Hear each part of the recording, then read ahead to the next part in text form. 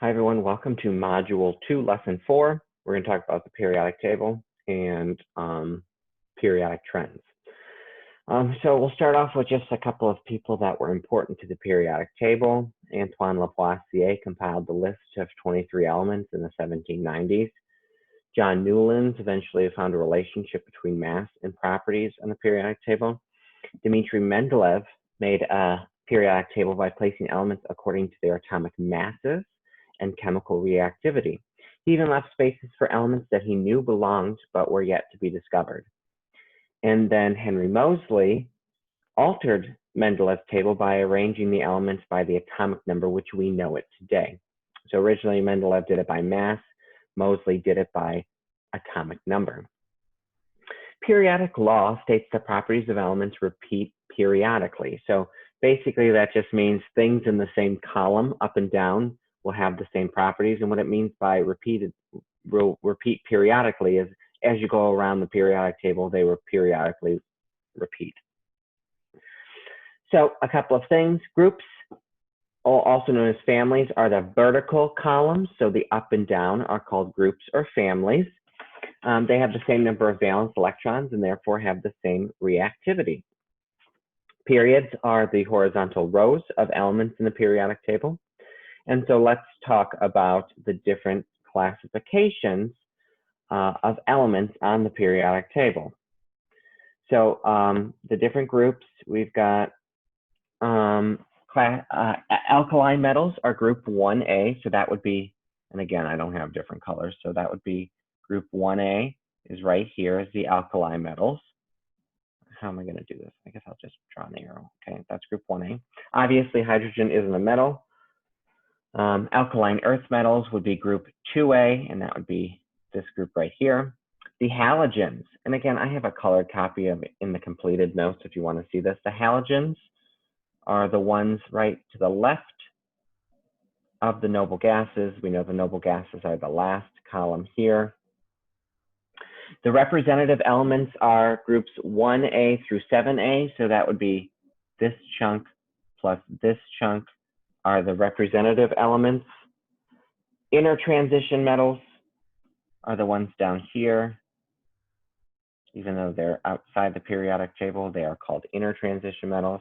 And then we know the transition metals are this chunk in the middle, okay?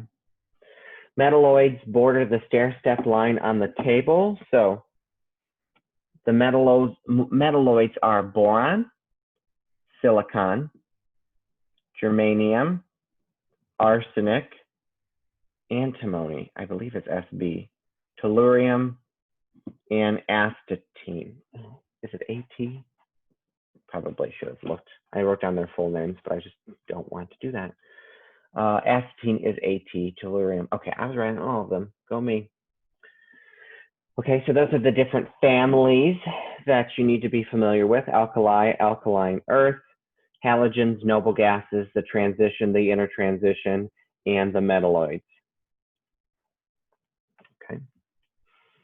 And then we're going to get right into the periodic trends. Periodic trends historically have been difficult because you have to be able to explain why, not just tell me what the trend is.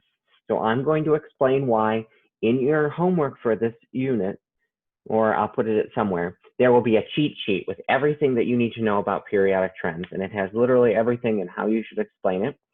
But I'm going to go through it and you can read that for yourself. So the first periodic trend is atomic radii. It's half the distance between the nuclei. And the trend is down, and to the left is increasing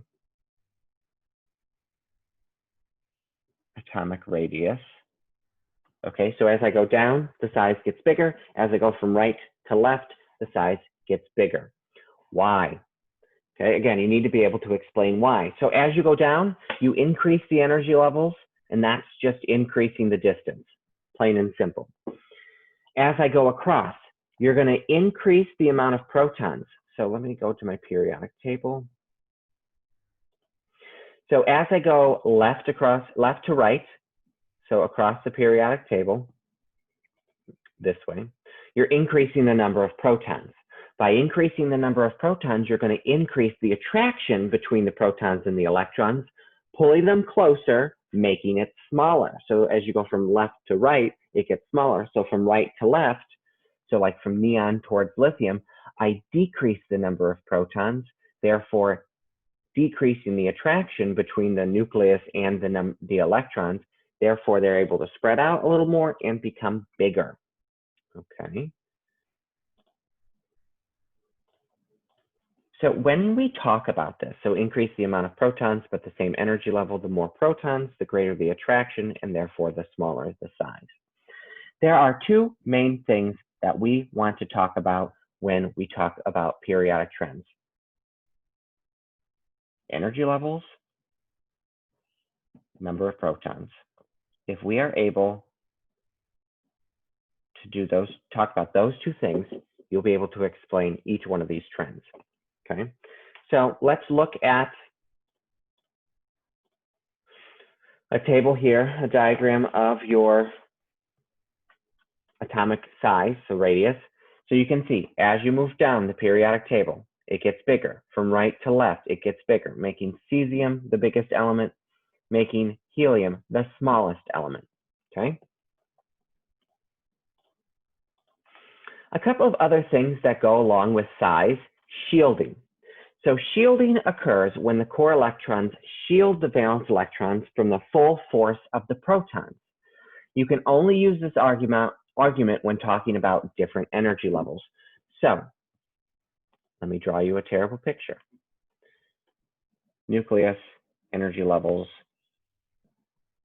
Okay, so if I'm an electron out here, there are electrons all in here. Pretend like, let's just say this is full. I'm not going to draw them all.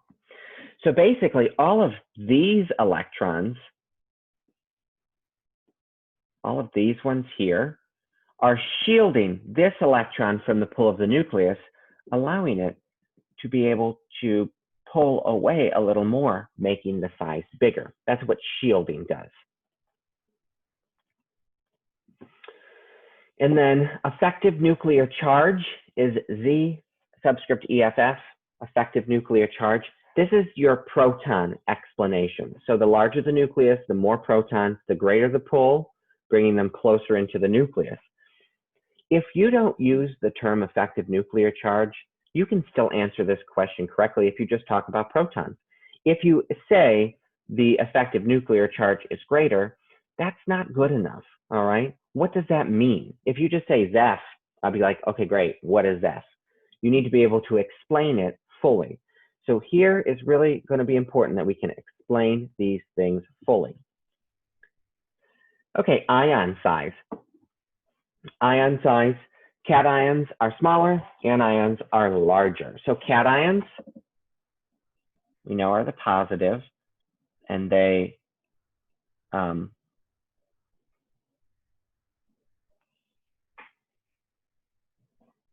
cations are positive, which means that they lose electrons. Okay, and I don't know why I just blanked on that. Anions gain electrons, and so they are larger, cations are smaller. Okay, so here's how this works. Cations, let's go back to a bad drawing.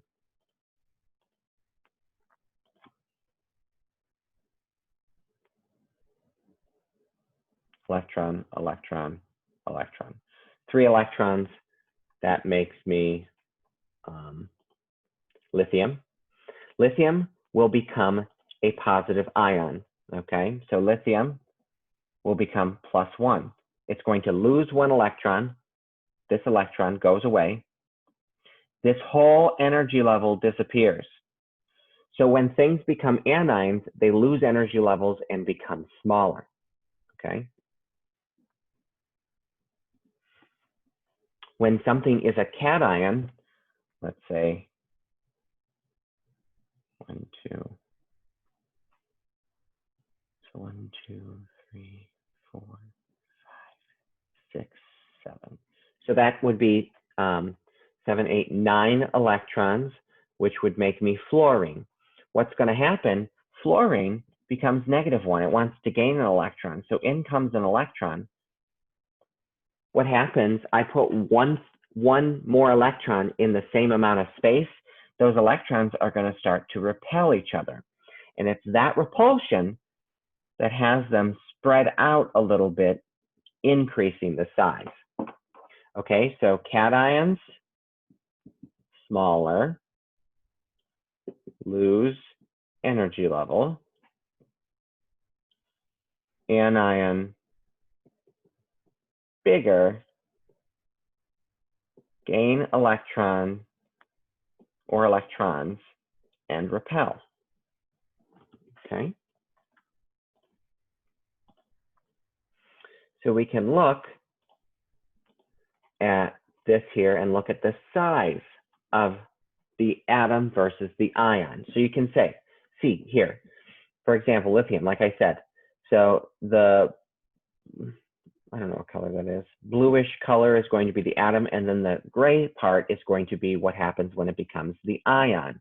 So you can see it loses an energy level and becomes smaller. And then you can see over here, when you become a cation or an anion and gain electrons, so the beige color is what it originally was, and then the gray part is the size once it gains electrons. The more electrons you gain, the greater the size difference, okay?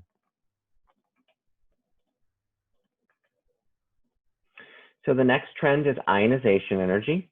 Ionization energy is the energy to remove an electron. The trend, as I go up and to the right, that is going to be increasing ionization energy.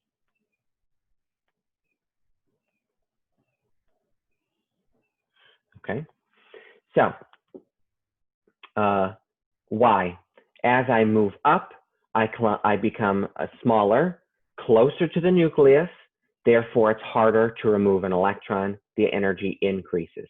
As I go from left to right across the periodic table, the number of protons increases, increasing the effective nuclear charge, making it more difficult to remove that electron.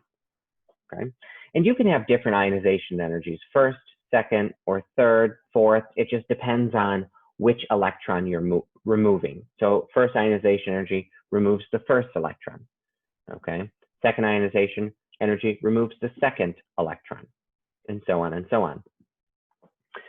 Now let's look at a couple of things. The first thing I'm going to look at here, ionization energies. Let's see here. Here's a table of them, and they have all of the values here. Now let's see. Let's look at a couple of examples. Let's look at this row versus this row.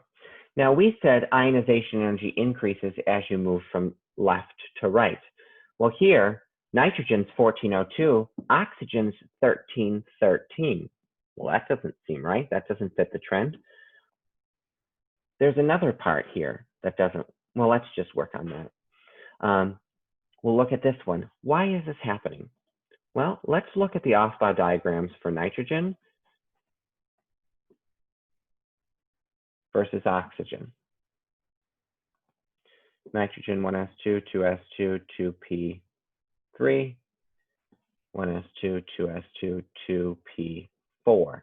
So 1s, 2s, 2p, 1s, 2s, 2p, up, down, up, down, up, up, up, up, down, up, down, up, up, up, down.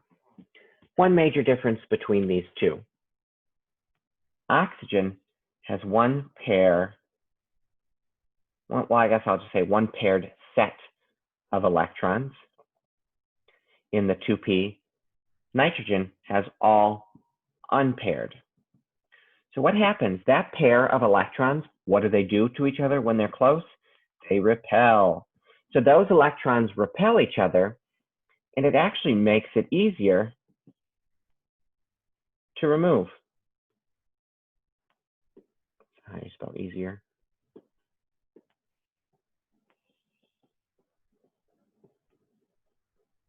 Okay, so it's doing some of the work for you. So those pair of electrons, doing some of that work for you, repelling, making it easier to remove. And that's going to be true in this whole family. So when we look at the nitrogen versus oxygen family, you'll also notice that this is true between beryllium and boron, magnesium and aluminum. These are easier because they have, it's not the same reasoning. But it's important that we talk about this. This was the other thing. It has to do with the orbital. So let me pause. Let me finish this conversation. So this family, the nitrogen family versus the oxygen family, this will always be easier because of the paired electrons. Okay. Now let's look at beryllium versus boron. Sorry, I got ahead of myself. I just got so excited. Beryllium versus boron. Beryllium, beryllium, beryllium.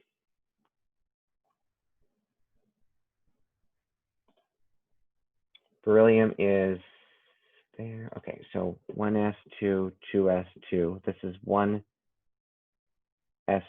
2s2, 2p1. So why is boron easier to remove the first electron? Well, it has to do with the orbital, the s orbital versus the p orbital. The s orbital is a small sphere around the nucleus. The p orbital looks like that bow tie, remember? So in reality, the p orbital is further from the nucleus. Since it's further from the nucleus, it's going to be easier to remove an electron. Whereas the s orbital completely surrounds the nucleus, making it much more difficult to remove.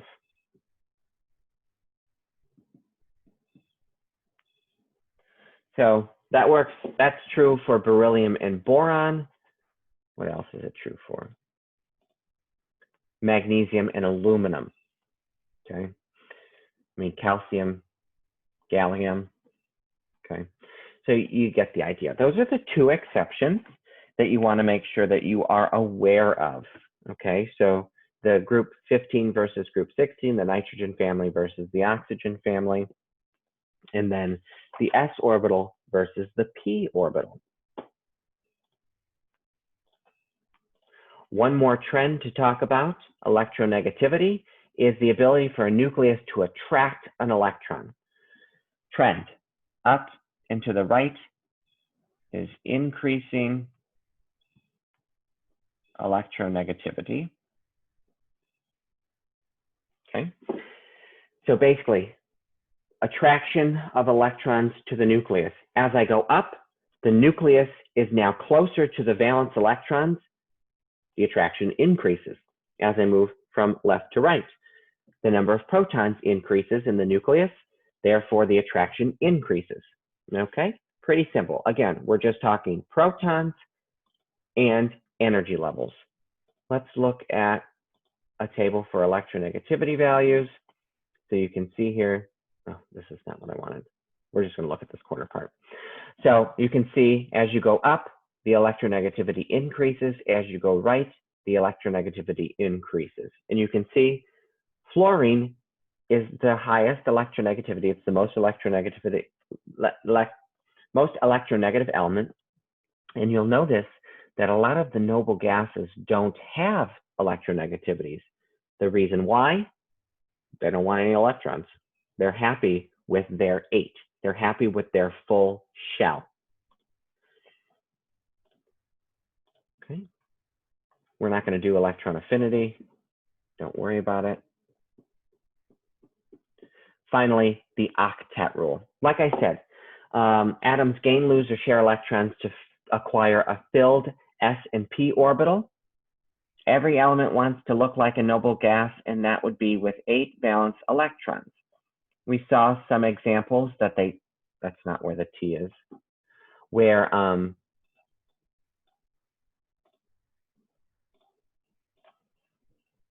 they only are fine with 2. Helium, hydrogen can only have 2 due to their being in the first energy level, and they can only have 2 electrons. But for the most part, we want to have 8 valence electrons, and that's known as the octet rule.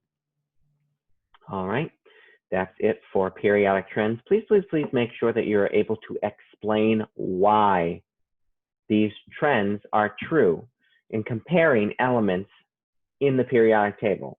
All right, I'm going to put that cheat sheet up for you so you can have all of those notes right there handy for you. As always, please make sure you let me know if you have any questions about anything.